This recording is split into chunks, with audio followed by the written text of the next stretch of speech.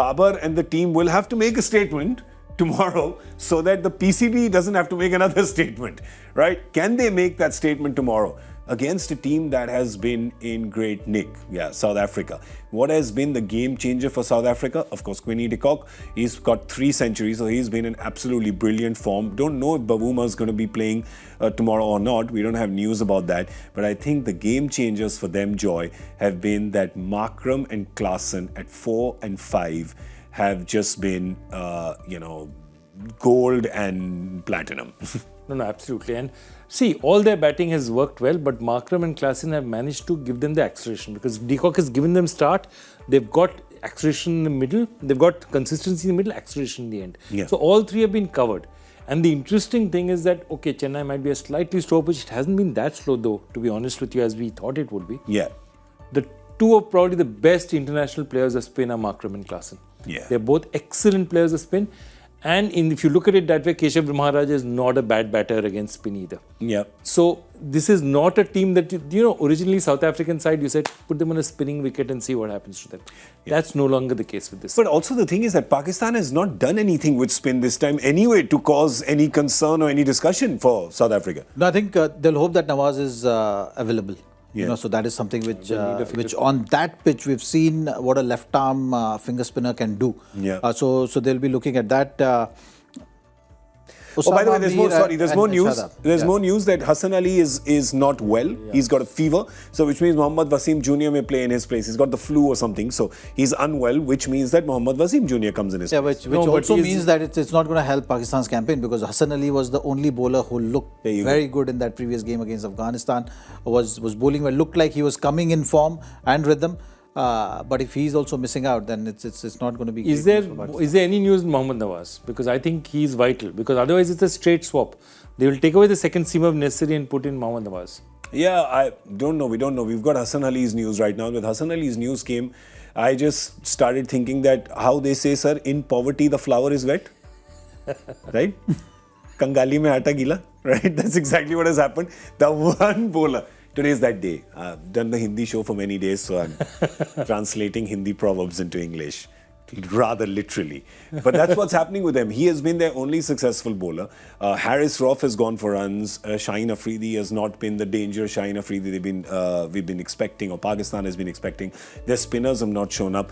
And then on the other side, you see their batters are not getting runs. So they don't have anything to hang on to here, Joy. So tomorrow, everybody has to come on, switch on together almost. The irony of it is that the only 2 batters who are giving them value are Saud Shakil and Abdullah Shafiq. Yeah. Neither of whom was a starter at the start of the World Cup. Yeah. Neither of these are the replacement players who have come in and actually given them runs. Yeah. And Iftikhar is batted decently to a certain extent. But Babar Azam has to get runs tomorrow. He has to do it tomorrow. Yeah.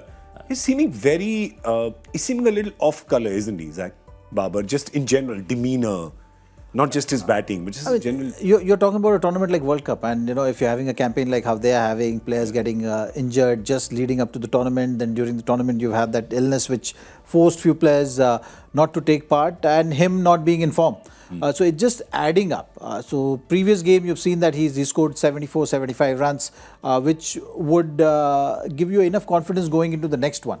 But you were not able to defend the kind of total which you should have. Yeah.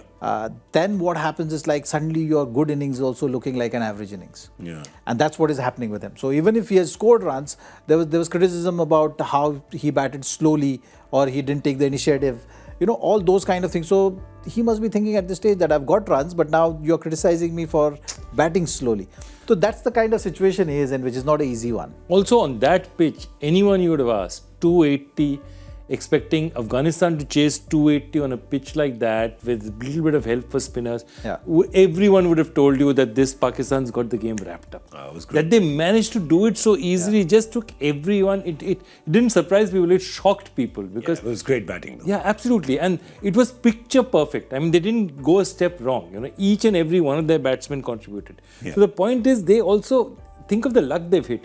See, the other point with Babar Azam and Pakistan has been because there's not been too many India-Pakistan encounters other than the T20 World Cup.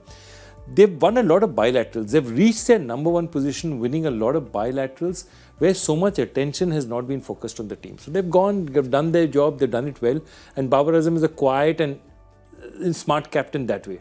Now this captaincy, a World Cup captaincy, is a different captaincy because the pressure on you is on a different level altogether. Yeah. And that is the pressure that they're struggling with. And that win against, that loss rather against Afghanistan would have hit them harder. And it was very important for Afghanistan as well. We met Ajay Jadeja the other day, who said that even with 15, 20 runs to get, the whole dressing room was on tenterhooks and they were nervous. And that's how much the win meant to Afghanistan, because they'd never beaten Pakistan before. So similarly, now look at it in the Pakistan point of view, where you're going, oh, this is a team we have completely dominated and crushed and destroyed. And now this team has beaten us on the world stage with the spotlight on us. You know, it's like all wins are not equal and all losses are not equal. Some hit you harder. Yeah. And I think that loss has hit them it's hard. about how you respond. And you know whether it's a make or break kind of a game for them from tomorrow. There is no doubt about that. You've seen it with South Africa. They lost to Netherlands. They've come out of that and come out of that in style, playing against England.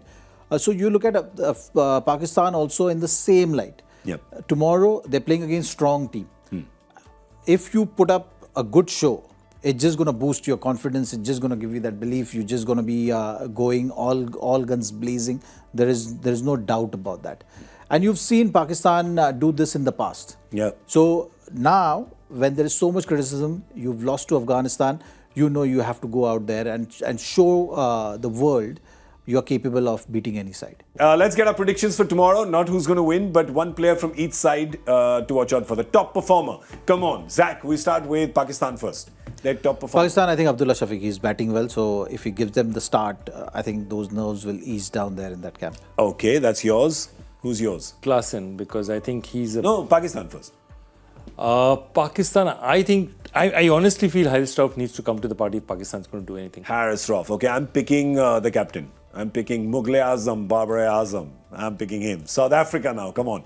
South Africa player to watch out for. Playing in Chennai, I think Rassie van der Dussen. I like it. Rassie van der Dussen, cool. Klassen, because I feel that at this point in time, he's the best player of spin going around in the international circuit. Okay. I'll also go, because I am partial to my favorite player from Pakistan, Akram, I'm going to go with M. Akram. Makram.